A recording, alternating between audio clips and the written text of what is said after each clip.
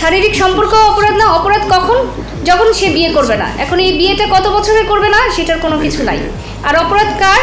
শুধুমাত্র পুরুষের। অন্যান্য দেশের যে এক্সাম্পল টানলেন, সেখানে বেশিরভাগ দেশেই আসলে এই ধরনের কোনো অদ্ভুত আইন নাই।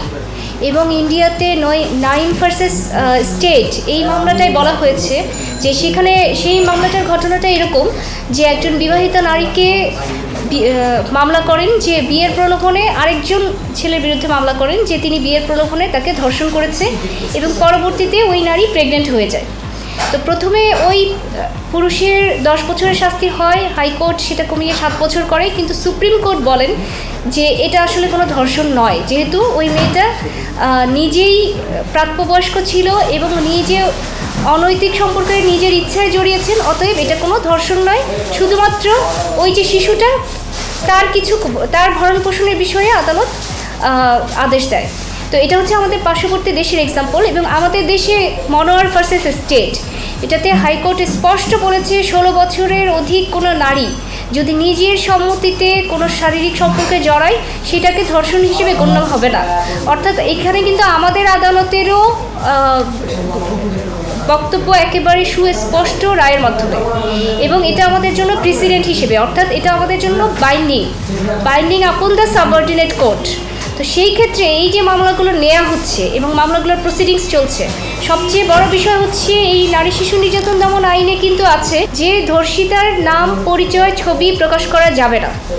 অর্থাৎ একটা রেপ কেস হলেই কে করতেছে সেটা কিন্তু প্রকাশ করার মধ্যে আইনে সুস্পষ্টভাবে আছে যে সেই নাম, পরিচয় প্রকাশ করা যাবে না। তাহলে প্রকাশ হবে কার? ধর্ষকের ছবি। এখন বিয়ের প্রলোভনে ধর্ষণের নামে যখন কোনো একটা মিথ্যা মামলা করা হবে, তখন কিন্তু ওই নারী পরিচয় প্রকাশ পাচ্ছে না, প্রকাশ পাচ্ছে যার বিরুদ্ধে মামলা করা হয়েছে তাকে নিয়ে আপনারাই নিউজ করে ফেলবেন যে অমুক ব্যক্তির নামে ধর্ষণের অভিযোগে মামলা দায়ের করা হয়েছে। পরে সেই মামলার কি হবে না সেটা তো পরের কথা। তার যে সোশ্যাল ট্রায়ালটা হয়ে গেল, মিডিয়া ট্রায়াল হয়ে গেল, তার যে ক্ষতিটা হয়ে গেল, সামাজিকভাবে সে জানলো, যে সবাই জানলো সে একটা রেপ কেসের আসামি, কিন্তু প্রকৃত অর্থে তো সে সেই রেপিস্ট না। যারা জোরপূর্বক ধর্ষণ করে নারীকে, শিশুকে, সে কি সেই ধর্ষক? অথচ যখন তার নামে সব জায়গায় এটা ছাপা হবে, তার ছবি সহ, যে এই লোকটা রেপ কেসের আসামি, পরে কি হবে না সেটা তো 4 বছর পরের কথা। ট্রায়াল হলে, বিচার হয়ে তারপরে সে খালাস পাবে কি পাবে না পরের কথা।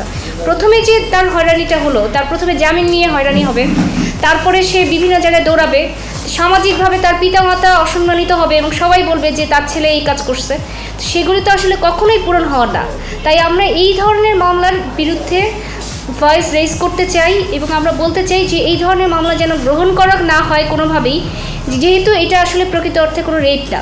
হ্যাঁ, আন্ডার 18 হলে তাকে যে কোনোভাবে সম্মতি নেওয়াটা, তার সম্মতি তো আসলে সম্মতি নয়, তাহলে আপনারা সেই মামলাগুলো নেন। কিন্তু অ্যাবভ 18 সেই বিষয়ে আইন প্রণেতাদের সুস্পষ্টভাবে বক্তব্য থাকা উচিত ছিল। কিন্তু তারা যেটা করলেন, তারা বললেন যে হ্যাঁ, সম্পর্ক থাকতে পারবে, তার আস্থাভাজন হলে তার সাথে প্রণয়ের সম্পর্ক থাকবে, যেই নতুন খসড়া আইনটা 2025 সালে, সেটা কি বলতেছি।